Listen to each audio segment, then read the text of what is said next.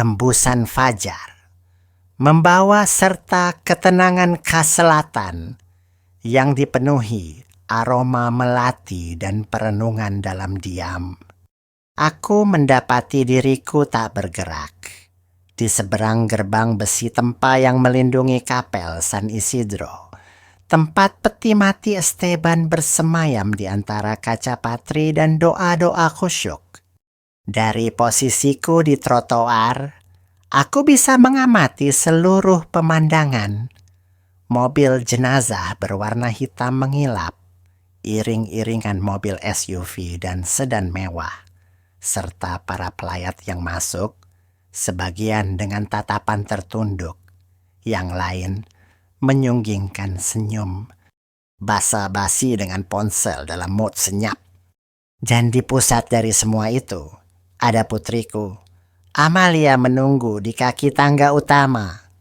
Tangannya yang terlipat dengan keanggunan yang diperhitungkan di atas sebuah tas dengan inisial namanya yang dibordir, melengkapi gaun hitam yang membalut tubuhnya dengan presisi milimeter. Ia mengenakan pakaian berkabung seolah sedang berjalan di atas panggung peragaan busana dengan kerapian yang terlatih dan sempurna. Ia ingin memproyeksikan citra seorang ahli waris yang berduka, tetapi tak ada satupun dalam aktingnya yang tulus. Baik air mata yang ia seka dengan sapu tangan linen, sapaan yang ia berikan kepada teman-teman keluarga yang sudah bertahun-tahun tidak ia temui, apalagi cara ia menegakkan dagu saat menyadari kehadiranku di seberang jalan. Sebelum aku berhasil melangkah maju, dua orang pria berjas abu-abu yang kalem muncul di kedua sisi gerbang. "Nyonya Morales," kata salah satu dari mereka, menghindari tatapanku. "Kami diinstruksikan untuk memberitahu Anda bahwa Anda tidak diizinkan masuk." Aku mengerjap, ragu apakah aku telah memahami dengan benar. "Ini pemakaman suami saya," sahutku dalam bisikan, berusaha menjaga ketenangan. "Saya yang menyusun surat wasiat pertamanya. Saya berada di sisinya selama 3 kali operasi bedah. Kami menikah di kapel ini juga." Pria yang lebih muda di sebelahnya menunjukkan raut tegang. "Kami menyesal, Nyonya. Ini adalah acara pribadi." Nona Amalia Morales memegang kendali penuh atas daftar tamu. Ponselku bergetar di dalam tas. Aku tak perlu melihat untuk tahu siapa pengirimnya. Meski begitu, aku mengeluarkannya. Sebuah pesan tunggal, 1 kalimat saja. "Tolong, jangan mempersulit keadaan." Aku menatap layar itu. Kata-kata itu melukaiku lebih dalam daripada penghalang yang dipasang oleh para penjaga. Ia tidak menginginkan sebuah drama. Ia tidak menginginkanku di sana. Tidak pada saat itu. Tidak di bawah tatapan menyelidik kaum elite Merida. Aku melangkah mundur, perlahan. Gesekan hak sepatuku dengan trotoar batu menggema dalam keheningan. Aku tidak meneteskan air mata, tidak memulai pertengkaran. Aku hanya berdiri di sana, menyaksikan putriku sendiri menguburkan ayahnya, dan sekaligus mengubur diriku bersamanya. Malam itu, aku mendapati diriku sendirian di dapur. Kedua tangan memeluk secangkir teh kamomil yang mendingin tanpa ku sentuh. Pandanganku kosong. Rumah itu diselimuti keheningan yang menyesakkan. Sebuah keheningan yang tidak pantas untuk hari, yang seharusnya berakhir di antara pidato perpisahan dan isak tangis bersama. Sebaliknya, hari itu berakhir dengan penjaga keamanan dan sebuah pesan teks yang terasa seperti perintah penahanan. Rasa sakit yang menekan dadaku bukanlah duka cita. Itu adalah sesuatu yang lain. Kesadaran bahwa situasi ini bukanlah kejadian yang tiba-tiba. Ini telah bertumbuh selama bertahun-tahun. Amalia bukanlah anak yang kejam, tetapi bahkan di masa kecilnya, senyumnya memiliki nuansa yang aneh, menawan di permukaan, tetapi terlalu diperhitungkan untuk usianya. Dulu, aku menafsirkannya sebagai tanda kecerdasan.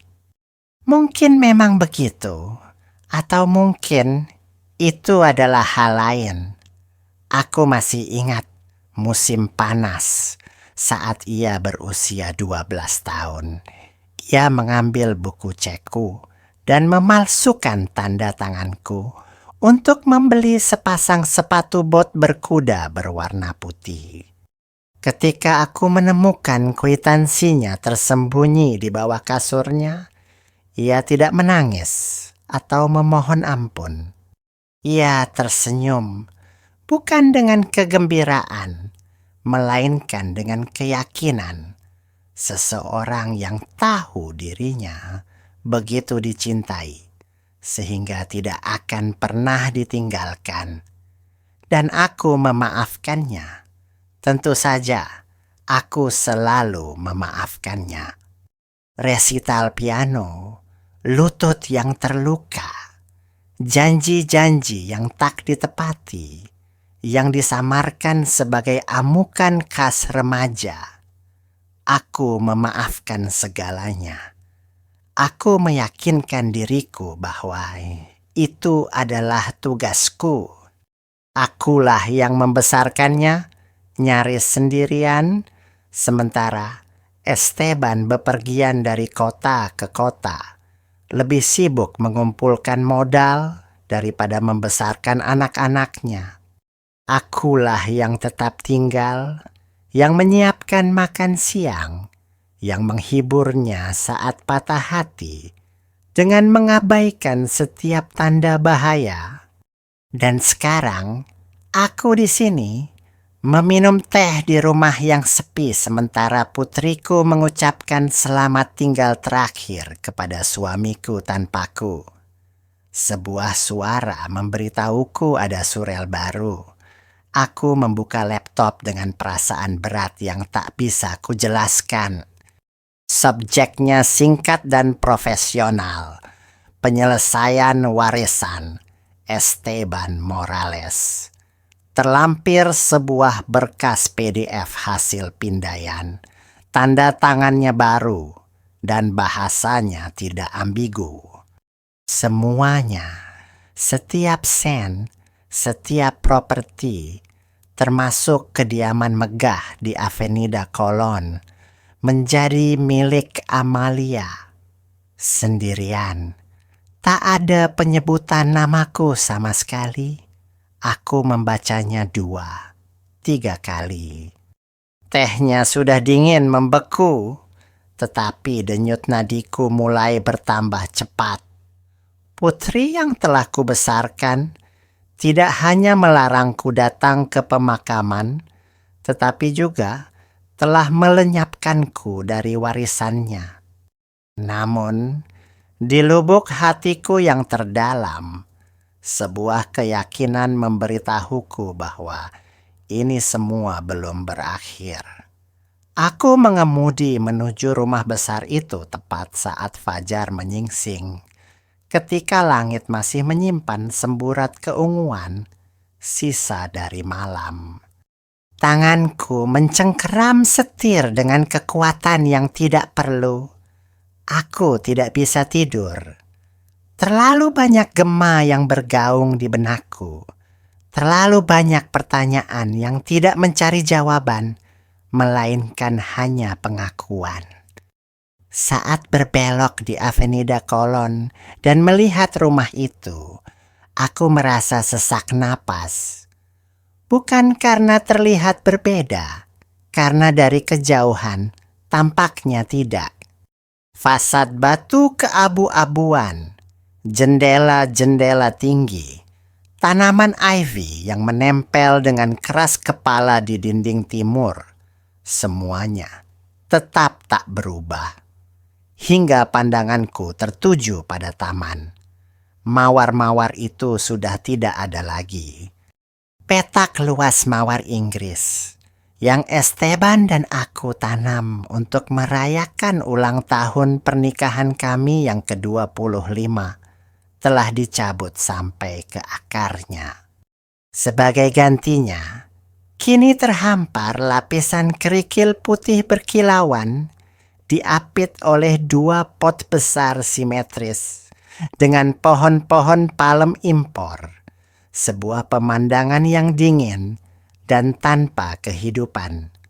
Keseluruhannya membangkitkan citra pintu masuk sebuah hotel mewah, bukan sebuah rumah. Aku parkir di tepi jalan dan turun dari mobil dengan gerakan lambat dan sengaja. Derit hak sepatuku di atas kerikil menemaniku saat aku mendekati pintu utama. Melalui jendela-jendela tinggi, aku melihat sekilas lobi. Di tempat yang dulu tergantung potret pernikahan kami dan pembaptisan Amalia, sekarang tergantung kanvas-kanvas abstrak dan pudar, kumpulan garis dan segitiga tanpa kenangan. Pintu terbuka sebelum aku sempat mengetuk. Seorang asisten rumah tangga muda yang tidak kukenali menatapku dengan mata terbelalak. "Saya datang untuk melihat rumah," ujarku dengan ketenangan yang kontras dengan rasa sakit di dadaku. Iya, ragu-ragu. Nona Morales telah memberikan instruksi yang sangat jelas. "Anda tidak diizinkan masuk, Nyonya. Saya sungguh menyesal." Suaranya mengecil menjadi bisikan. Dia bilang, "Anda bukan lagi bagian dari keluarga." Aku mengangguk sekali, bukan sebagai tanda persetujuan, melainkan untuk menutup bab itu. Aku berbalik dan kembali ke mobil. Langkahku hati-hati di atas kerikil yang telah menggantikan taman yang biasa Esteban rawat dengan sandal rumahnya sambil bersenandung sumbang. Aku duduk di kursi pengemudi dan menatap rumah besar itu untuk waktu yang lama. Sinar matahari pagi jatuh di jendela-jendelanya, tetapi cahayanya tidak memancarkan kehangatan. Rasanya seperti berada di depan sebuah museum yang pernah menjadi rumahmu, sebuah tempat yang penuh dengan benda-benda yang kau kenali, tetapi sekarang dikurasi oleh seseorang yang tidak mampu memahami makna sebenarnya. Amplop itu berwarna krem dengan kop surat dari sebuah firma hukum yang tidak kukenali. Tiba melalui kurir 3 hari kemudian. Bahkan sebelum membukanya, aku sudah menduga isinya. Amalia telah memulai proses untuk mengklaim kepemilikan rumah di Kolonia Roma. Itu adalah rumah yang sama yang Esteban dan aku beli saat baru menikah. Jauh sebelum perusahaannya berkembang. Sebelum rumah besar itu, sebelum segalanya. Kami tetap menyimpannya bahkan setelah pindah. Rumah itu menyimpan sejarah kami, akar kami. Namaku tercantum dalam akta asli, tetapi menurut dokumen baru ini, properti itu sekarang secara hukum dianggap sebagai perpanjangan dari harta Gonogini, tunduk pada surat wasiat yang telah direvisi. Aku punya waktu 30 hari untuk mengosongkannya, Aku tidak menangis. Aku melipat surat itu dengan hati-hati dan meletakkannya di laci sebelah kompor. Laci yang sama tempat aku menyimpan foto-foto lama dan tagihan listrik. Aku tetap duduk di meja dapur untuk waktu yang cukup lama, menelusuri pola serat kayu dengan jariku. Malam itu, telepon berdering tak lama setelah pukul 10. Aku hampir tidak menjawabnya, mengira itu adalah penjual lain atau salah sambung. Tetapi suara yang kudengar di seberang sana lembut dan terdengar gugup. Nyonya Morales. Betul? Saya salah satu perawat yang merawat Tuan Morales di minggu-minggu terakhirnya. Ada jeda yang panjang, dia membuatnya. Menandatangani dokumen-dokumen ketika beliau nyaris tidak sadar, ketika beliau hampir tidak bisa bernapas. Beliau tidak tahu apa yang beliau setujui. Saya pikir Anda harus tahu. Sebelum aku sempat menanyakan namanya, sambungan terputus. Keesokan paginya, aku langsung menuju cabang bank di Jalan Alvaro Obregon. Sudah bertahun-tahun aku tidak membuka kotak deposit pengaman. Tidak sejak Esteban dan aku melikuidasi beberapa perjanjian dana perwalian lama. Sebagian besar dokumen penting kami sudah didigitalisasi, tetapi aku selalu bersikeras untuk menyimpan salinan fisiknya, untuk berjaga-jaga. Petugas itu memberiku kunci dan membimbingku ke brankas di ruang bawah tanah. Saat membuka pintu logam kecil itu, aku disambut oleh udara yang kering dan pengap. Di sana, di antara akta kelahiran dan obligasi investasi, terdapat sebuah map Manila tebal berlabel dengan tulisan tangan Esteban yang rapi, Elvira, asli. Simpan dengan sangat hati-hati. Aku menatapnya sejenak sebelum mengambilnya. Pertarungan apapun yang Amalia kira telah ia menangkan, ia telah melupakan satu detail mendasar. Akulah yang mengajari Esteban cara melindungi apa yang benar-benar penting. Aku tidak pernah berbicara dengan Clara Rendon selama hampir 5 tahun, tetapi ia menjawab panggilanku pada dering pertama. Ia langsung ke intinya. Bawa apapun yang kau punya. Aku menunggumu di sini. Kantornya tidak berubah sama sekali. Masih penuh sesak dengan rak-rak buku dari kayu eksolit dan ijazah berbingkai dari UNAM dan Harvard. Clara selalu memproyeksikan dirinya sebagai wanita yang tidak merasa perlu membuktikan apapun kepada siapapun. Ia menyajikan kopi untuk kami berdua tanpa bertanya dan menutup pintu di belakangku. Aku meletakkan map itu di atas permukaan mejanya. Ia memeriksa dokumen-dokumen itu, matanya menyipit dan dahinya berkerut seiring dengan setiap halaman yang ia balik. Ketika sampai pada perjanjian dana perwalian yang disahkan notaris, ia berhenti sejenak dan bersandar di kursinya. Ini emas murni, putusnya dengan suara pelan. Dia menandatanganinya 8 tahun lalu, tepat setelah dia didiagnosis menderita tumor pertama di hatinya. Kami pikir kami punya lebih banyak waktu. Dan dia tidak pernah mencabutnya.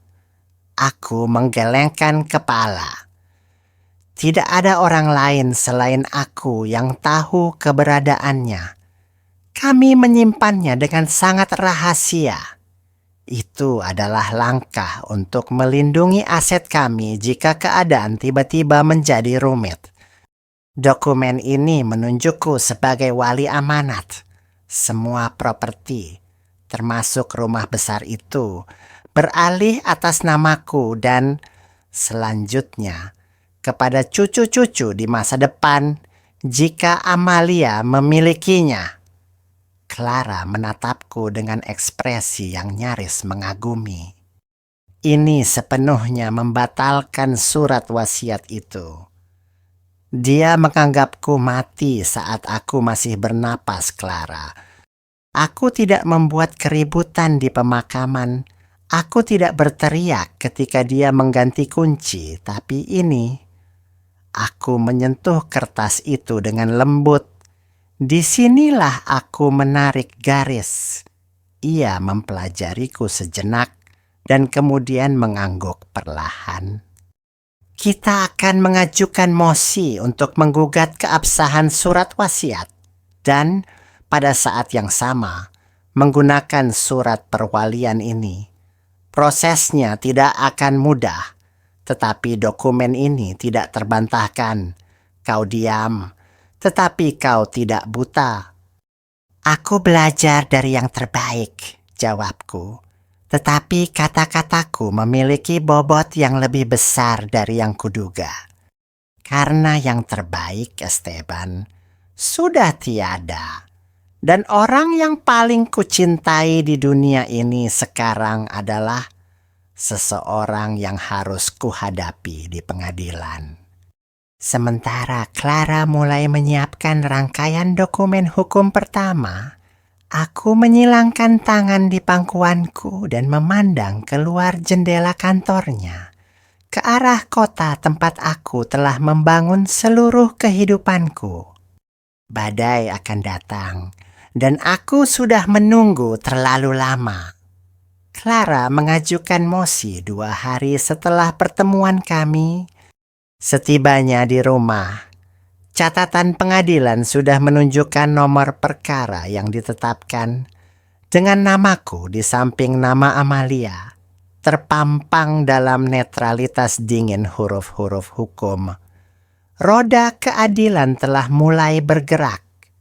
Selama minggu itu, aku melakukan panggilan telepon secara diam-diam kepada orang-orang yang dulu memenuhi lorong-lorong rumah besar itu dengan aktivitas dan perawatan mereka. Pengurus rumah tangga, sopir, bahkan penjual bunga yang biasa mengirimkan bunga lili putih yang sama yang dipesan Esteban untuk ulang tahun pernikahan kami. Sebagian besar dari mereka sudah tidak bekerja di sana lagi. Aku mendapat jawaban yang sopan, tetapi berjarak secara profesional. Hanya satu dari mereka yang setuju untuk bertemu denganku. Thomas Aguilar telah menjadi tukang kebun kami selama hampir 12 tahun.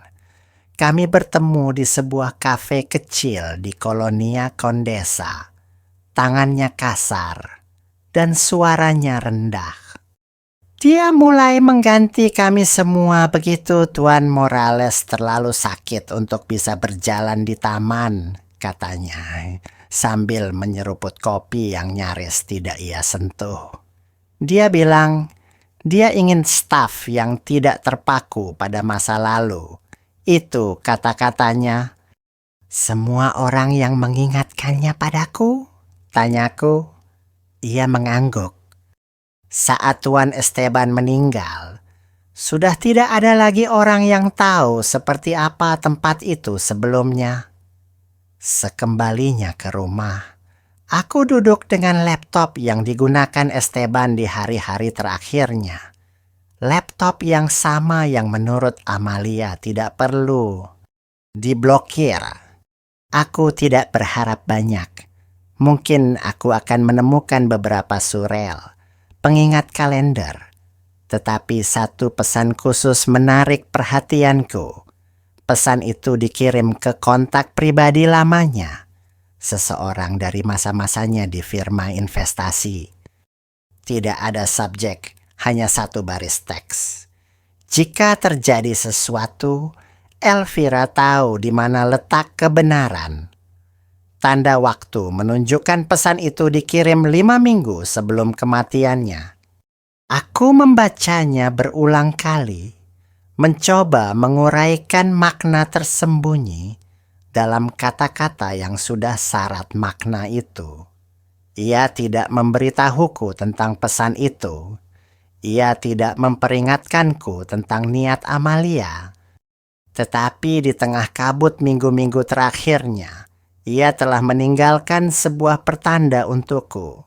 Bukan untuk para pengacara, bukan untuk publik. Untukku, aku bersandar di kursi dan menutup mata. Keheningan rumah menyelimutiku seperti napas yang tertahan terlalu lama. Bagian teka-teki apapun yang masih hilang, Esteban percaya bahwa aku akan menemukannya. Dan itu berarti sudah waktunya untuk berhenti mengenang dan mulai membuktikan. Clara bergerak cepat. Dokumen dana perwalian yang kuambil dari bank dalam kondisi sempurna, disaksikan dengan semestinya, disahkan notaris, dan juga didukung oleh catatan verifikasi digital. Tanda tangan Esteban jelas, bertanggal, dan disimpan di platform sertifikasi waktu yang aku bersikeras untuk gunakan ketika sistem cloud masih merupakan hal baru dalam hukum waris. Ia telah menuruti kemauanku saat itu. Sekarang, keputusan itu adalah perisai terkuatku. Kami menyerahkannya di pengadilan bersama dengan mosi awal. Dokumen itu menetapkan tanpa ambiguitas bahwa aku adalah wali amanat dari semua aset utama, rekening keuangan, properti, dan bahkan kekayaan intelektual hingga Amalia berusia 50 tahun, usianya 42 tahun. Itu memberiku 8 tahun kendali, 8 tahun yang tidak ia perhitungkan. Pemberitahuan itu diserahkan kepada Amalia di studio yoga butiknya di Polanco, di tengah-tengah kelas, saat ia mengenakan legging berwarna lilac dan mikrofon di kepala. Kurir itu kemudian memberitahuku bahwa ia tidak menunjukkan perubahan ekspresi sedikit pun. Ia hanya menerima amplop itu, membaca halaman pertama, dan melanjutkan kelasnya dengan ketenangan penuh. Keesokan paginya, seorang reporter dari Diario de Yucatan menerbitkan sebuah catatan singkat yang mengutipnya secara langsung. Ibuku dan aku memiliki hubungan yang renggang. Dia meninggalkan ayahku jauh sebelum beliau meninggal. Akulah yang tinggal. Akulah yang mengurus segalanya ketika beliau berada di saat paling rentannya. Catatan itu disertai dengan foto Amalia di depan studionya, bersedekap dengan ekspresi lembut namun tegas. Tipe wajah yang memenangkan simpati dari mereka yang hanya membaca judul berita. Aku tidak menanggapi, tidak kepada pers, tidak kepada bisik-bisik, tidak pula kepada para tetangga yang mulai menyampaikan belasungkawa mereka dengan ketegangan yang nyata di pasar, seolah-olah akulah yang bersalah atas suatu pelanggaran yang tidak termaafkan. Sebaliknya, aku meneruskan artikel itu kepada Clara, yang menjawab dengan satu baris. Dia telah memakan umpannya. Ini semua yang kita butuhkan. Karena jika Amalia benar-benar percaya bahwa dana perwalian itu tidak berharga, ia tidak akan lari ke media. Ia tidak akan mencoba menulis ulang sejarah sebelum pengadilan sempat mendengarnya. Aku mencetak artikel itu dan menyimpannya di map yang sama yang kini berisi surat perwalian Esteban, surelnya, dan jejak kertas yang membuktikan bahwa pertempuran ini tidak lagi terjadi di ranah emosi, melainkan di ranah bukti. Dan aku hampir siap untuk meletakkan semua kartuku di atas meja. Ruang sidang itu kecil, tanpa kamera televisi atau juri besar. Hanya pencahayaan redup dan gema sepatu di lantai yang mengilap. Aku duduk di meja penggugat, di samping Clara, dengan tangan bertautan. Berkas dana perwalian itu tergeletak di antara kami, seperti sebuah bab yang tersegel menunggu untuk dibacakan dengan suara lantang. Amalia masuk 5 menit terlambat, mengenakan pakaian hitam, selalu hitam. Pengacaranya, seorang pria muda yang banyak bicara dengan kepercayaan diri berlebihan, memulai argumennya dengan pidato tentang kewajiban anak dan kelelahan emosional. Ia menyebut surat wasiat yang direvisi sebagai ekspresi yang jelas dari kejernihan pikiran terakhir Tuan Morales. Tetapi kejernihan pikiran tidak mengosongkan rekening bank. Ketika Clara angkat bicara, nadanya tenang dan setajam pisau bedah. Ia memulai dengan menyajikan surat perwalian yang disahkan notaris dan diberi cap waktu, diarsipkan dalam format fisik maupun digital. Ia menyajikan catatan yang menunjukkan tanggal terakhir. Esteban memiliki kapasitas mental penuh, didukung oleh laporan medis dan pernyataan tertulis di bawah sumpah dari dokter pribadinya. Kemudian, ia membacakan kesaksian perawat. Suaranya sendiri sedikit bergetar saat menceritakan bagaimana Esteban nyaris tidak sadar saat menandatangani beberapa dokumen yang disebut Amalia sebagai hal yang mendesak. Hakim tidak memotongnya sekalipun. Selanjutnya, para notaris memberikan kesaksian yang mengesahkan surat perwalian asli dan yang mengesahkan surat wasiat yang digugat.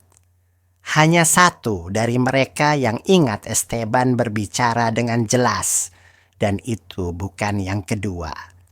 Amalia tidak menatap mataku sama sekali. Bahkan, ketika catatan keuangan disajikan, yang mengungkapkan transfer diam-diam hampir 12 juta peso dari rekening Esteban ke rekening atas namanya, yang dilakukan 3 minggu sebelum kematiannya. Bahkan, ketika hakim terdiam selama hampir 30 detik sebelum membacakan putusannya, dana perwalian ini yang telah dibuat dan dipelihara di bawah keadaan hukum yang sah dan dapat diverifikasi, akan dihormati secara keseluruhan, kata hakim. Surat wasiat yang diajukan oleh pihak tergugat dinyatakan tidak sah. Kata-kata itu menggema di ruangan tanpa ada perayaan apapun. Clara meletakkan tangannya di atas tanganku dengan lembut, tetapi aku tidak bergerak. Amalia berdiri. Ia tidak mengucapkan sepatah kata pun. Dengan bibir terkatup rapat dan bahu tegap, ia berbalik dan meninggalkan ruangan seperti seseorang yang meninggalkan panggung yang telah runtuh. Aku tetap duduk, bahkan setelah hakim pergi dan ruangan menjadi kosong sama sekali.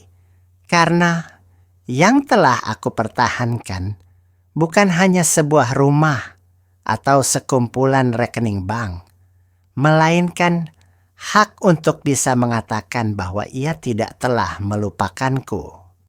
Tidak di akhir hayatnya, Tidak ketika itu yang paling penting. 3 minggu berlalu sejak putusan itu. Surat kabar menyebutnya sebagai kemenangan diam-diam di pengadilan. Para tetangga kembali menyapaku dengan normal. Clara menyelesaikan urusan administrasi terakhir. Kunci-kunci rumah besar itu tiba melalui kurir, disertai dengan inventaris tulisan tangan tentang apa yang tersisa di dalamnya. Perabotan, buku-buku akuntansi, beberapa lukisan cat minyak yang selamat dari renovasi Amalia. Aku belum memutuskan apa yang akan kulakukan dengan semua itu.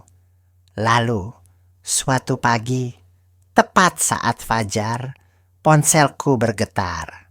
Itu adalah pesan suara dari nomor tak dikenal. Suaranya terdengar lebih berat dari yang kuingat. Kau mengambil semuanya. Kuharap kau puas. Diikuti jeda panjang, seolah ia tidak ingin menambahkan apa-apa lagi, tetapi kemudian ia melanjutkan, Aku hanya mencoba berpegang pada sesuatu yang masih terasa seperti dirinya. Pesan itu berakhir dalam keheningan, tanpa permintaan maaf, tanpa kemarahan. Hanya seutas benang tipis dari sesuatu yang menyerupai penyesalan, meskipun ia tidak pernah menyebutkannya. Aku tidak meneleponnya kembali. Sebaliknya, aku mengambil dokumen dana perwalian itu, memasukkannya ke dalam amplop manila biasa, dan menambahkan catatan singkat, untuk arsipmu. Kemudian, sebelum menyegelnya, aku menyorot satu baris dengan spidol oranye. Itu bukan klausul hukum, tidak memiliki bobot apapun di pengadilan. Itu adalah lampiran yang Esteban bersikeras tulis dengan tangannya sendiri, tersembunyi hampir di bagian akhir, di bawah tanda tangan, semoga rumah ini suatu hari nanti mengajarkanmu arti sebenarnya dari keluarga. Aku mengirimkan amplop itu ke studionya tanpa nama pengirim. Ia akan tahu dari siapa asalnya. Keesokan harinya, aku mengemudi ke rumah besar itu untuk pertama kalinya sejak putusan pengadilan. Aku parkir di jalan melingkar dan perlahan melintasi pintu-pintu utama, pintu yang sama yang telah kupilih jauh sebelum Amalia belajar menggunakan keheningan sebagai senjata. Udara di dalam terasa diam, tak tersentuh. Parfumnya telah memudar. Perabotannya telah disingkirkan. Yang tersisa adalah ruang, cahaya, dan kenangan. Aku berhenti di lobi dan membiarkan keheningan berbicara kepadaku. Kemudian, aku melewati tangga, melintasi pintu belakang, dan keluar ke tempat yang pernah menjadi tamanku. Aku tidak tinggal di sana lagi, bukan karena aku tidak bisa, atau karena kamar-kamarnya masih menyimpan bayang-bayang kehadirannya. Aku tidak pindah karena rumah itu tidak pernah dimaksudkan untuk menjadi milikku seorang. Rumah besar itu selalu menjadi simbol dari apa yang telah Esteban bangun, dari apa yang telah kami coba pertahankan. Tetapi simbol bisa menjadi rusak jika seseorang berpegang padanya terlalu erat. Jadi, aku mendonasikannya. Aku menyerahkannya kepada Yayasan Seni dan Pendidikan Yucatan. Mereka sudah lama mencari kantor pusat permanen untuk program ekstrakurikuler dan lokakarya komunitas mereka. Sekarang, Mereka memiliki 22 kamar dan sebuah taman yang telah dipugar. Mereka bertanya apakah aku ingin mereka memasang plakat dengan namaku. Aku menolak. Aku menyarankan agar mereka menggunakan nama Esteban, La Casa Morales, sebuah warisan pembelajaran dan komunitas. Pada kunjungan terakhirku, sebelum meresmikan penyerahan, aku membawa sebuah pohon mawar, bukan berasal dari pembibitan, melainkan dari stek yang aku simpan sendiri di pot keramik di belakang rumah di Kolonia Roma.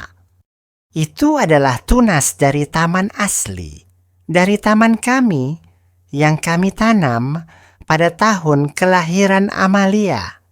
Aku menggali lubang itu sendiri di sudut tempat bayangan jatuh dengan sempurna.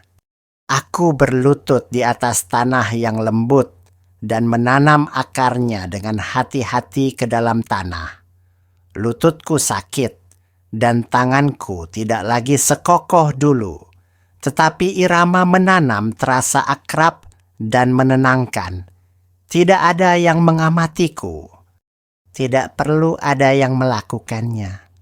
Saat aku berdiri, membersihkan tanah dari telapak tanganku, aku merasakan angin sepoi-sepoi yang menggoyangkan dedaunan. Itu adalah sudut yang sama tempat Esteban pernah memberitahuku bahwa beberapa hal tidak dibangun untuk bertahan selamanya, tetapi untuk memiliki makna selama mereka ada. Mereka bilang, orang yang telah meninggal meninggalkan kita harta benda, tetapi terkadang mereka juga meninggalkan kita pilihan. Dan aku memilih untuk tidak membiarkan pengkhianatan menjadi warisanku. Dokumen-dokumen ditandatangani sore itu juga. Yayasan akan memulai pekerjaan mereka bulan berikutnya. Aku pergi tanpa membawa apapun di kursi belakang, kecuali sebuah pot kosong dan perasaan ringan yang belum pernah kurasakan selama bertahun-tahun. Karena terkadang, warisan yang paling abadi tidak terletak pada apa yang disimpan, melainkan pada apa yang mampu dihadiahkan.